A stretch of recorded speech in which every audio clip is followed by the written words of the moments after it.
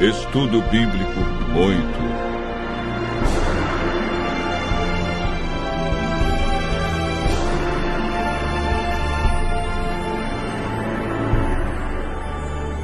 O milênio.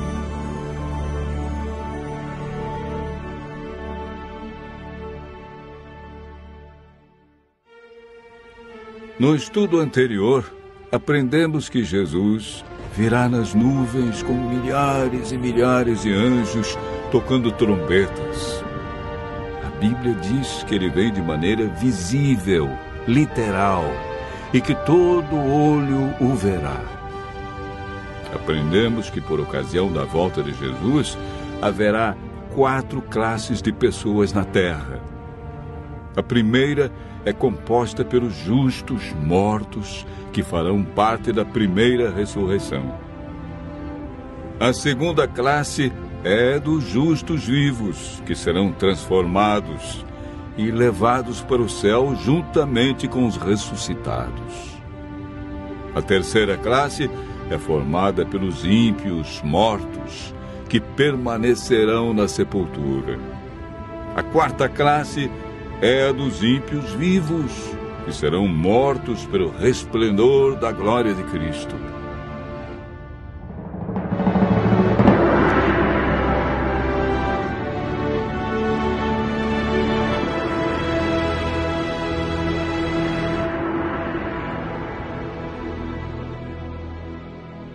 Hoje vamos aprender um pouco mais sobre o milênio.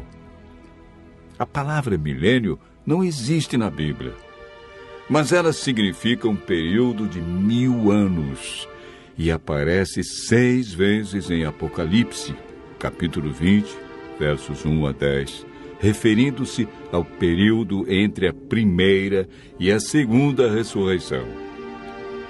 Sabemos que durante esse período, os justos estarão com Cristo no céu. O que eles estarão realizando? Como ficará a terra durante os 1000 anos? O que acontecerá no final desse período? Durante o milênio, os salvos participarão do juízo chamado juízo de comprovação. Sobre esse assunto, o apóstolo João escreveu no Apocalipse, capítulo 20, verso 4. Vi também tronos, e nestes sentaram-se aqueles aos quais foi dada a autoridade de julgar. Vi ainda as almas dos decapitados por causa do testemunho de Jesus, bem como por causa da palavra de Deus, tantos quantos não adoraram a besta, nem tampouco a sua imagem, e não receberam a marca na fronte e na mão, e viveram e reinaram com Cristo durante 1000 anos. O apóstolo Paulo, em 1 Coríntios, capítulo 6, versos 2 e 3, afirma: Ou não sabeis que os santos hão de julgar o mundo? Ora, se o mundo deverá ser julgado por vós, sois acaso indignos de julgar as coisas mínimas? Não sabeis que havemos de julgar os próprios anjos? Quanto mais as coisas desta vida. Esse julgamento que ocorre durante o milênio não decide quem está salvo ou perdido. Essa decisão é tomada por Deus, em resposta à aceitação ou rejeição de sua graça, antes da segunda vinda. Todo aquele que não participar da primeira ressurreição não terá parte na vida eterna. Esse julgamento no qual os santos participam tem o propósito de responder a qualquer questão que os justos possam ter sobre a razão pela qual os ímpios se perderam, confirmando o veredito de Deus sobre eles. Enquanto isso ocorre no céu, qual é o cenário aqui na terra? O profeta Jeremias, no capítulo 4, versos 23 a 26, e capítulo 25, verso 33, responde da seguinte maneira: olhei para a terra, e ei-la sem forma e vazia. Para os céus, e não tinham luz.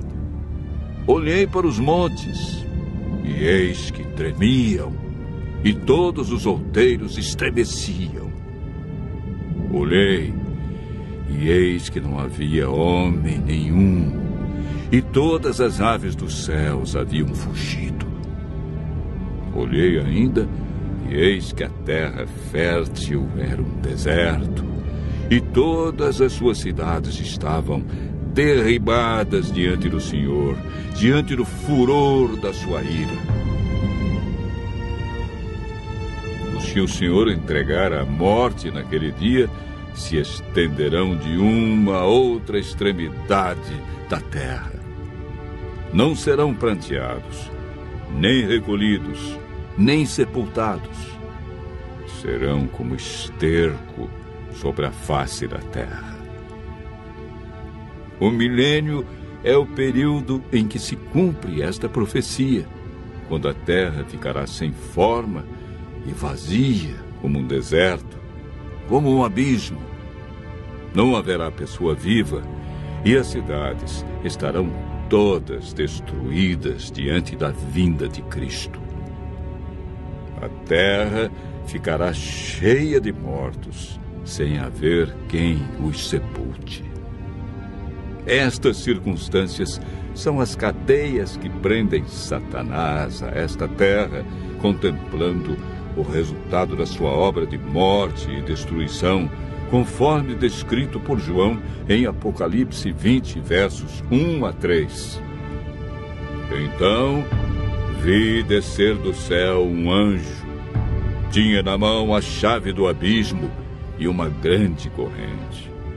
Ele segurou o dragão, a antiga serpente, que é o diabo, Satanás, e o prendeu por 1000 anos. Fechou e pôs selo sobre ele, para que não mais enganasse as nações, até se completarem os 1000 anos. Depois disto, é necessário que ele seja solto pouco tempo. Após os 1000 anos, ocorre a segunda ressurreição. Farão parte desta ressurreição todos que rejeitaram a Cristo, sua lei e seu plano de salvação. Apocalipse capítulo 20, verso 5, afirma: os restantes dos mortos não reviveram até que se completassem os 1000 anos. Esta é a primeira ressurreição. Eis agora o grande drama do Apocalipse. Acabaram-se os 1000 anos. Deus ressuscita todos que o rejeitaram e, consequentemente, Satanás é solto de sua prisão. Apocalipse capítulo 20, verso 3, diz que, depois disto, ou seja, depois do milênio, é necessário que ele seja solto pouco tempo. Por que pouco tempo? Porque Satanás realizará a sua última obra de engano na terra, preparando um grande exército, tão numeroso que a Bíblia diz que será como a areia do mar, para atacar a cidade santa, a nova Jerusalém, que João viu descer do céu. Esse maravilhoso acontecimento é descrito por João em Apocalipse, capítulo 21, verso 2.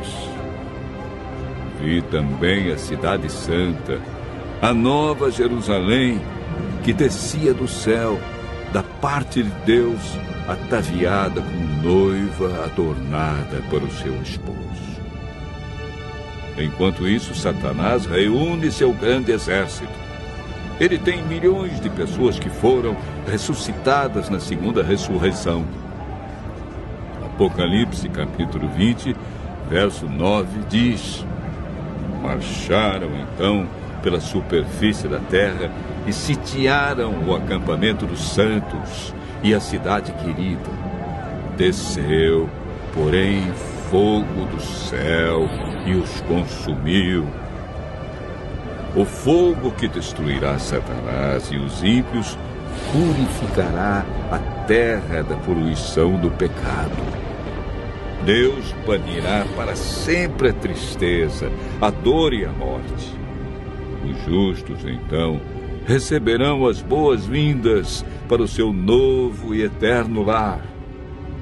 Nunca mais pecado, e nem pecadores, dor, sofrimento ou morte. Continue ouvindo a voz de Deus e se preparando para um novo céu e nova terra,